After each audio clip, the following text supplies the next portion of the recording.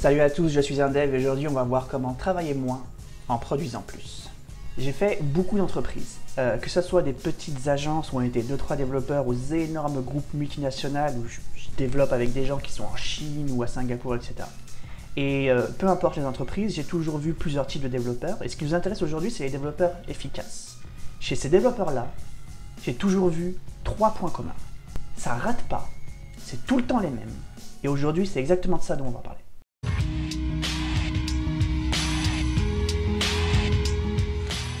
Le premier point commun que je vois absolument chez tous les développeurs qui sont efficaces, c'est la capacité à se concentrer sur une seule tâche. Et si je t'en parle tout de suite, c'est parce que c'est le plus dur à mettre en place et le plus long aussi. Mais par contre, il n'y a rien de plus efficace. C'est l'arme secrète pour développer rapidement et efficacement. Vraiment.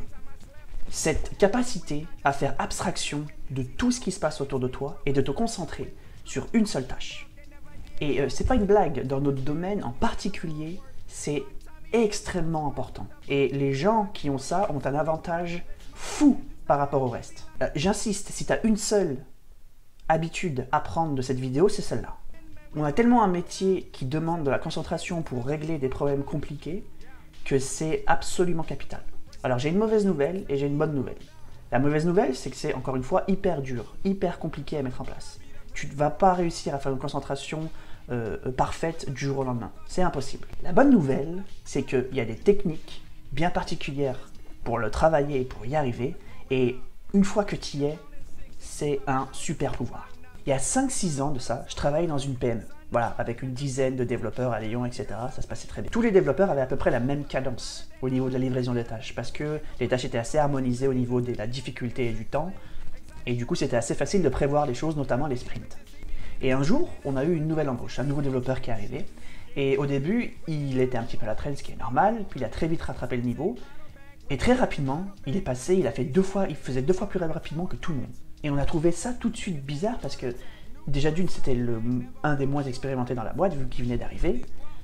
Et c'était un des moins expérimentés tout court. Il était assez jeune finalement et on ne comprenait pas comment il faisait en fait. Et du coup, un jour, pendant une pause café, je me suis dit, bon, je vais aller le voir, je vais aller discuter avec lui parce que je ne le connaissais pas, on n'avait pas vraiment discuté. Et j'arrive derrière lui et je vois qu'il a donc ces 2 écrans. Et sur l'écran de gauche, il a une sorte de décompte. Et sur son écran de droite, il a son éditeur de code. Et je me suis dit, mais c'est quoi ce décompte qu'il a sur son écran de gauche en grand en plus? Et en fait, je l'ai su bien plus tard, en discutant avec lui. En fait, il appliquait la technique Pomodoro. Je ne sais pas si tu connais la technique Pomodoro. Ceux qui me suivent sur le blog depuis un moment, je vous saoule avec ça, mais c'est hyper important. Alors ça s'appelle la technique Pomodoro, mais moi j'appelle ça faire des tunnels de concentration. En fait c'est simple, tu lances un décompte de 25 minutes, et pendant ces 25 minutes, tu n'as pas le droit de faire autre chose que la tâche que tu es en train de faire. Interdit de regarder ton portable, Facebook, ce que tu veux, tu dois te concentrer sur un seul truc. C'est beaucoup plus dur que ça en a l'air. À la fin des 25 minutes, tu t'arrêtes. Peu importe où tu en es, tu t'arrêtes et tu prends une pause de 5-10 minutes où tu fais autre chose, où tu te libères l'esprit. Et ensuite, rebelote. Et l'objectif, c'est de faire le plus de Pomodoro possible dans la journée. Alors, c'est d'abord un exercice pour améliorer ton focus, mais c'est aussi et surtout une optimisation de ton cerveau. Pourquoi je dis ça? Parce qu'en fait, il y a plein d'études sur le sujet, sur la concentration, sur comment le cerveau gère ça. Et tu as des études qui vont te dire que maximum, tu pourras te concentrer sur une seule chose pendant 30 minutes. Il y en a d'autres qui ont dit que c'était entre 40 et 50 minutes. Et il y en a même d'autres qui disaient que c'était plus que 50 minutes. Très franchement, juste 25 minutes sur une seule tâche, c'est incroyable déjà d'y arriver. Vraiment, c'est un exploit. Essaye vraiment, pose-toi devant une seule tâche, mets-toi un décompte et essaye de faire ça pendant 25 minutes, tu vas voir que c'est fou comme c'est compliqué. En tout cas, ceux qui sortent du lot, les développeurs qui sont les plus efficaces, ont masterisé ça. Il y a d'autres techniques pour travailler sur le focus, mais celle-là, c'est une des plus efficaces à mon sens. Et moi, je te conseille le livre Deep Work, le lien est en description, pour t'aider à faire ça. Je t'assure que c'est un des trucs à faire en premier. Mais évidemment, ça suffit pas.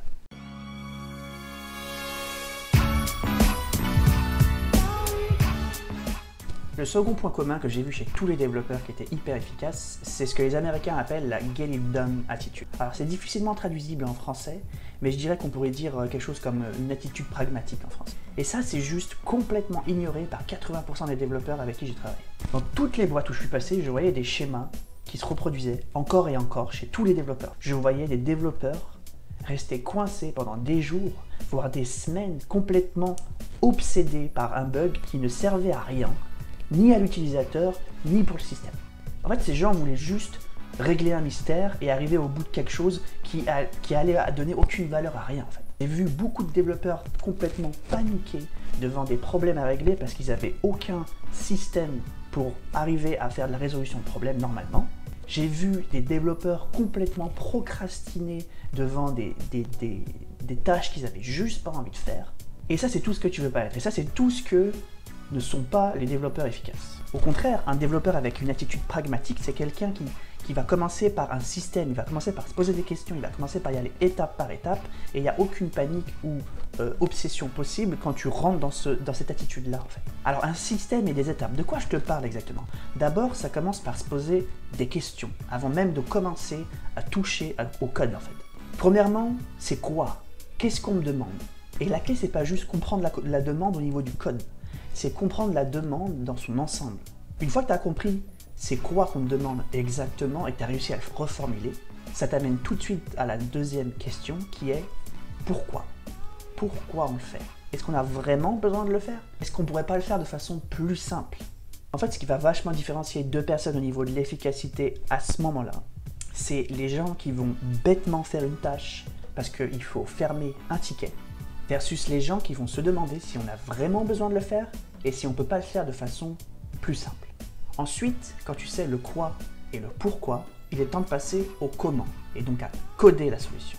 Et au niveau de la résolution de problème, là aussi les développeurs efficaces ont un système, étape par étape, pour arriver à leur fin.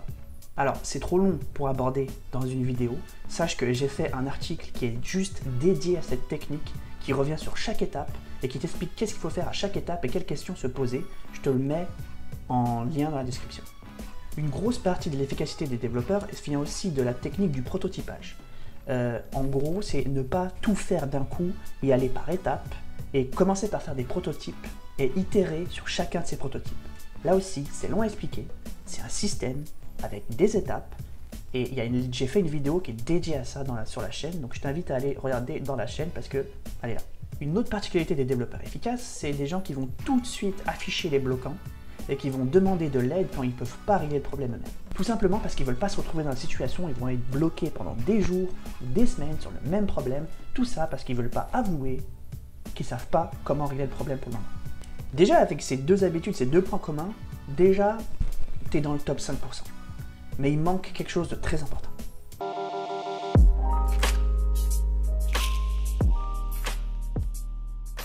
Enfin, évidemment, le dernier point commun qu'on trouve chez tous les développeurs efficaces, ce sont les hard skills, ou les compétences de programmation en français. Plus particulièrement, pour les développeurs efficaces, ça va être le développement avec des bonnes pratiques. Encore une fois, tu t'y attends, là aussi il y a des règles et un système à mettre en place. Il n'y a jamais rien qui est fait à l'aveugle.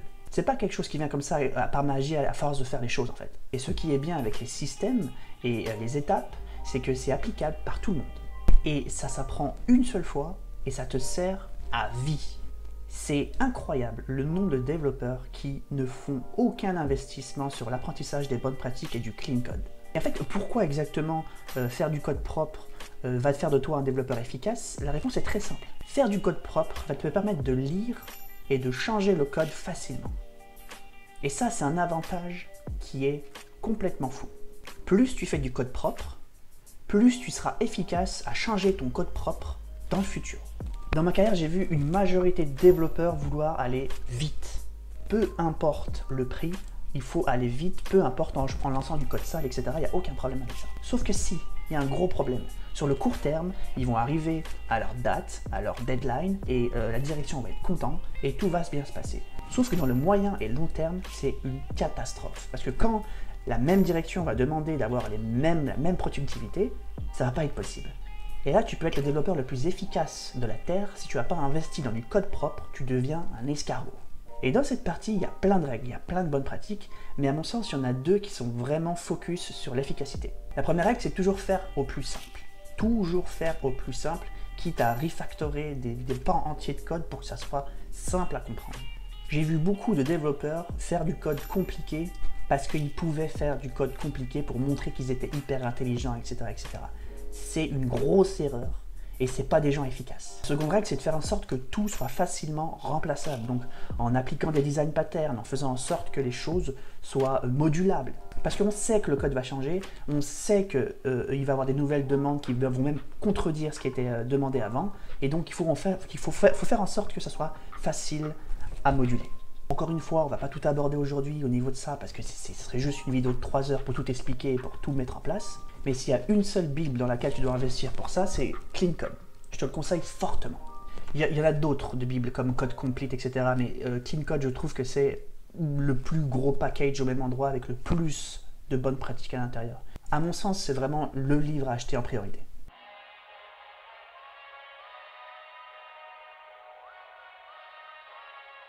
Voilà, c'est tout pour aujourd'hui.